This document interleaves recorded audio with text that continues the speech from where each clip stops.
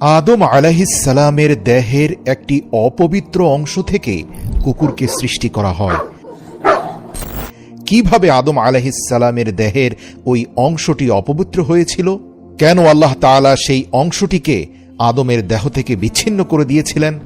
ইসলাম ধর্মে কেন কুকুরকে অপবিত্র প্রাণী বলে উল্লেখ করা হয়েছে? কুকুর নিয়ে সকল অজানা প্রশ্নের উত্তর এবং রহস্যের উদ্ঘাটন করব আজকের এই ভিডিওতে। শুরুতেই কুকুর নিয়ে সাধারণ মানুষের মনে উকি দেয়া সবচেয়ে বহুল আলোচিত প্রশ্নটির উত্তর দিতে চাই। সেটা হচ্ছে, কুকুর অত্যন্ত প্রভুভক্ত এবং মালিকের প্রতি অনুগত একটি প্রাণী। বাড়ি পাহারা দেয়া, ফসলের জমি পাহারা দেয়া, কল কারখানা থেকে শুরু করে আপনার গুরুত্বপূর্ণ সম্পদের পাহারায় সবচেয়ে বিশ্বস্ত প্রাণী হিসাবে পুরো পৃথিবীতে কুকুরই সবচেয়ে জনপ্রিয়। তাহলে কেন কুকুরকে ইসলাম ধর্মে অপবিত্র বলা হয়েছে? এই ভুল ধারণা ভাঙিয়ে দিতে রাসূল সাল্লাল্লাহু আলাইহি ওয়াসাল্লামের একটি সুস্পষ্ট হাদিস রয়েছে, যা আমাদের অনেকেরই অজানা। সেটা হচ্ছে, আল্লাহর রাসূল সাল্লাল্লাহু আলাইহি ওয়াসাল্লাম বলেন, যে ব্যক্তি শিকার করা, ঘরবাড়ি বা গুরুত্বপূর্ণ সম্পদের পাহারা দেয়া, ফসলের ক্ষেত পাহারা অথবা পশুর পাল পাহারা দেওয়ার উদ্দেশ্য ছাড়া কুকুর পালন করবে, প্রতিদিন তার আমলনামা থেকে 1 কিরাত পরিমাণ নেকি কেটে দেয়া হবে।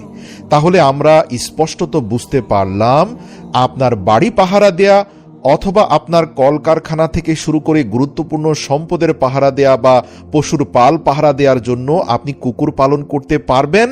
এক্ষেত্রে আপনার কোনো গুনাহ হবে না। কিন্তু আপনি যদি কুকুরকে আপনার নিত্যদিনের সঙ্গী বানিয়ে ফেলেন, কুকুরের প্রতি ভালোবাসায় আসক্ত হয়ে পড়েন এবং কুকুরকে ভালোবেসে নিজের গৃহপালিত পশু বানিয়ে ফেলেন, তাহলে প্রতিদিন আপনার আমলনামা থেকে 1 কিরাত পরিমাণ নেকি কেটে দেয়া হবে।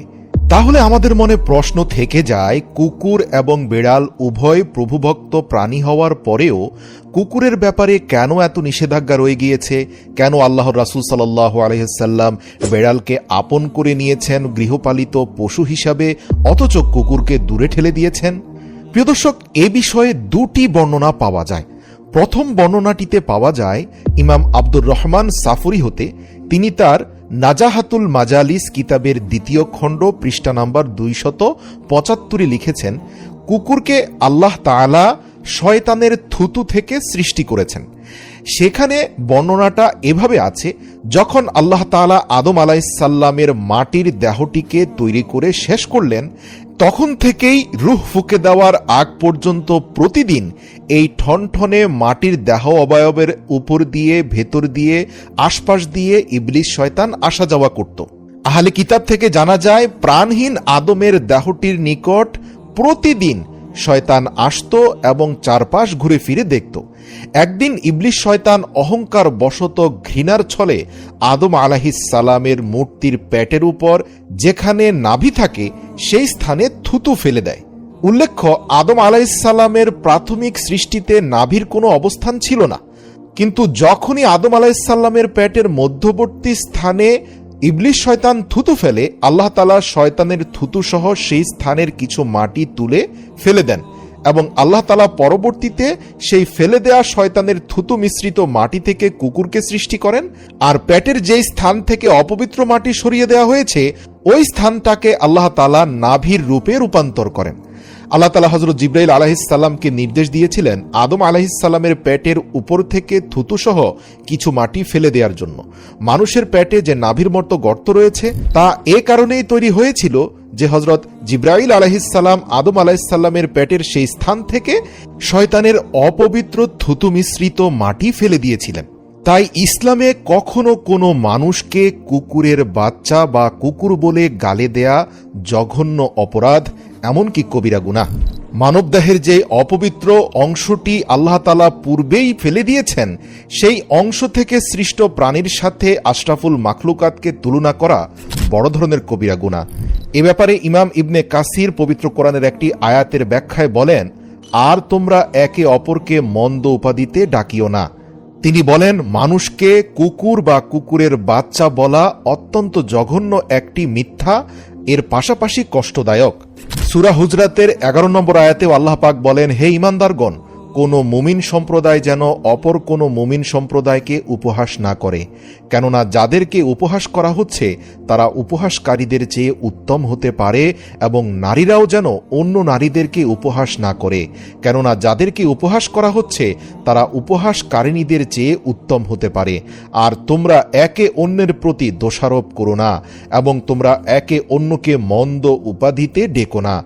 প্রিয় দর্শক, আদম আলাইহিসসালামের শরীরের ফেলে দেওয়া অপবিত্র মাটি থেকে কুকুরের সৃষ্টি হওয়ার এই ঘটনাটি যেহেতু ইমাম সাফরি তার কিতাবে সনদবিহীনভাবে উল্লেখ করেছেন, তাই এই বর্ণনাটিকে সকল আলেমরা নির্ভরযোগ্য বলে মনে করেন না।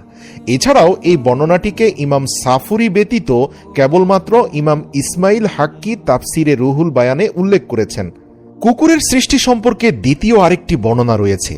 সেটা হচ্ছে যখন আল্লাহ তাআলা হজরত আদম আলাইহিসসালাম এবং হজরত হাওয়া আলাইহিসসালামকে জমিনে প্রেরণ করেন, তখন ইবলিস শয়তান জমিনের উপর থাকা অন্য সকল প্রাণীদেরকে হজরত আদম আলাইহিসসালামের বিরুদ্ধে উস্কানি দিতে থাকে, যাতে জমিনের হিংস্র প্রাণীরা হজরত আদম এবং মা হাওয়া আলাইহিসসালামকে আক্রমণ করে খেয়ে ফেলে। তখন আল্লাহ তাআলা কুকুরকে সৃষ্টি করলেন, যাতে করে কুকুর হজরত আদম আলাইহিসসালাম এবং হজরত হাওয়া আলাইহিসসালামকে এই সকল হিংস্র জীব জানোয়ার থেকে হেফাজত করে। এই বর্ণনাটি নূরুল মুবিন কিতাবে হজরত আলী রাদিয়াল্লাহু তাআলা আনহু হতে বর্ণনা করা হয়েছে। এই বর্ণনাটিকে সনদের দিক থেকে অনেক মুফাসসিরগণ সহিহ বলেছেন যে আল্লাহ তাআলা হজরত আদম আলাইহিসসালামকে সৃষ্টির পরপরই কুকুরকে সৃষ্টি করেছিলেন। জীববিজ্ঞানীরা গবেষণা করে দেখেছেন কুকুর এবং শূকরের মধ্যে মৌলিক একটি মিল রয়েছে। তারা অপবিত্র খাবার দাবার গ্রহণ করে এবং তাদের জীবনযাপন পদ্ধতিও অন্যান্য প্রাণী থেকে অধিকতর অপবিত্র। হজরত মাইমুনা রাদিয়াল্লাহু তাআলা আনহু হতে বর্ণিত, তিনি বলেন, একদা আল্লাহর রাসূল সাল্লাল্লাহু আলাইহি ওয়াসাল্লাম ঘরের মধ্যে প্রবেশ করলেন। তখন আল্লাহর রাসূল সাল্লাল্লাহু আলাইহি ওয়াসাল্লামকে অত্যন্ত গম্ভীর এবং পেরেশান মনে হচ্ছিল। আমি তাকে জিজ্ঞাসা করলাম, ইয়া রাসূলুল্লাহ, কি হয়েছে? আপনাকে এমন পেরেশান মনে হচ্ছে? আল্লাহর রাসূল সাল্লাল্লাহু আলাইহি ওয়াসাল্লাম তখন বললেন, হযরত জিবরাইল আলাইহিস সালাম রাতে আমার কাছে আগমন করার ওয়াদা করেছিলেন, কিন্তু তিনি আসেননি। সারাদিন এভাবেই কেটে গেল। অতঃপর আল্লাহর রাসূল সাল্লাল্লাহু আলাইহি ওয়াসাল্লাম এর স্মরণ হলো, আমাদের ঘরের বিছানার নিচে একটি কুকুর ছানা রয়েছে। আল্লাহর রাসূল সাল্লাল্লাহু আলাইহি ওয়াসাল্লাম কুকুর ছানাটিকে অত্যন্ত যত্ন সহকারে ঘর থেকে বের করে দেওয়ার নির্দেশ দিলেন এবং তার মোবারকময় হাত দ্বারা সেই জায়গাটি পবিত্র পানি ছিটিয়ে দিলেন। পরের দিন রাতে হযরত জিবরাইল আলাইহিস সালাম আসলেন এবং আল্লাহর রাসূল সাল্লাল্লাহু আলাইহি ওয়াসাল্লামকে বললেন, আমরা ওই সমস্ত ঘরে প্রবেশ করি না যেখানে কুকুর থাকে। সুবহানাল্লাহ। প্রিয় দর্শক, অমুসলিম দেশগুলোতে বিশেষ করে ইউরোপে কুকুরকে এখন পরিবারের সদস্য হিসাবে বিবেচনা করা হয়। সেখানে কুকুর পালন করে এমন মহিলারা বলে যে আপনি যদি আমাকে ভালোবাসেন তবে আপনাকে আমার কুকুরকেও ভালোবাসতে হবে। এমনকি ইউরোপের মানুষেরা কুকুরের প্রতি ভালোবাসায় এখন এমন অনেক ধরনের হারাম কর্মকাণ্ডে লিপ্ত হয়ে পড়েছে যা সুস্পষ্ট সীমালঙ্ঘন। প্রত্যেকটি মুসলিমকে একটি কথা মনে রাখতে হবে, কুকুর যতই বিশ্বস্ত হোক না কেন, ইসলামের সীমা রাখা হচ্ছে আপনি যত পারেন কুকুর পালন করতে পারেন শুধুমাত্র আপনার বাড়ি পাহারা, সম্পদ পাহারা, অথবা গুরুত্বপূর্ণ স্থাপনা অথবা যে কোনো পশুর খামার পাহারার জন্য। এ সকল কাজের জন্য আপনি যদি 100 কুকুরও পালন করেন কোনো গুনাহ হবে না। কিন্তু আপনি যদি কুকুরকে আপনার ব্যক্তিগত জীবনের সাথে জড়িত করে ফেলেন, তাহলে ইসলাম এ ব্যাপারে সুস্পষ্টভাবে অনুৎসাহিত করছে। শুধু অনুৎসাহিত নয়, এর বিনিময়ে 1 কিরাত পরিমাণ সওয়াব আপনার আমলনামা থেকে প্রতিদিন কেটে নেওয়া হবে। কিন্তু এই অপরাধের কারণে সরাসরি আপনাকে জাহান্নামে প্রেরণ করা অথবা আপনার জীবন অভিশপ্ত হয়ে যাবে এমন কোনো কথা ইসলামে বলা নেই। তবে একটা কথা মাথায় রাখতে হবে, কুকুরকে আপনি যদি বেড়ালের মতো আপনার খুব কাছাকাছি নিয়ে আসেন তাহলে 1 কিরাত পরিমাণ সওয়াব প্রতিদিন আপনার আমলনামা থেকে বাদ হয়ে যাবে। আল্লাহ রাসূল বলেন, 1 কিরাত উহুদ পাহাড় পরিমাণ সমান সওয়াব। সুতরাং সিদ্ধান্ত আপনাকেই নিতে হবে, বেড়াল পালন করবেন নাকি কুকুর পালন করবেন। ইসলামী দৃষ্টিভঙ্গি বলছে, যদি আপনি বেড়াল পালন করেন তাহলে সায়েন্টিফিক্যালিও আপনি বিভিন্ন ধরনের মানসিক সমস্যা থেকে নিষ্কৃতি পাবেন। এমনকি বেড়াল ভূমিকম্প আসার পূর্বে আপনাকে সিগন্যাল দিতে পারবে। এছাড়াও বিড়াল অ্যান্টি ডিপ্রেশন থেকে শুরু করে ঘরের সকল নেগেটিভ এনার্জি থেকে আপনাকে রক্ষা করতে পারবে। বিড়াল এমন একটি প্রাণী জীববিজ্ঞান দ্বারা প্রমাণিত এরা অপবিত্র কর্মকাণ্ডের সাথে জড়িত হয় না। মহান আল্লাহ তাআলা সূরা আরাফে বালাম বিন বাওরার কথা উল্লেখ করেছেন, যিনি একজন ন্যাক ও ধার্মিক ব্যক্তি ছিলেন।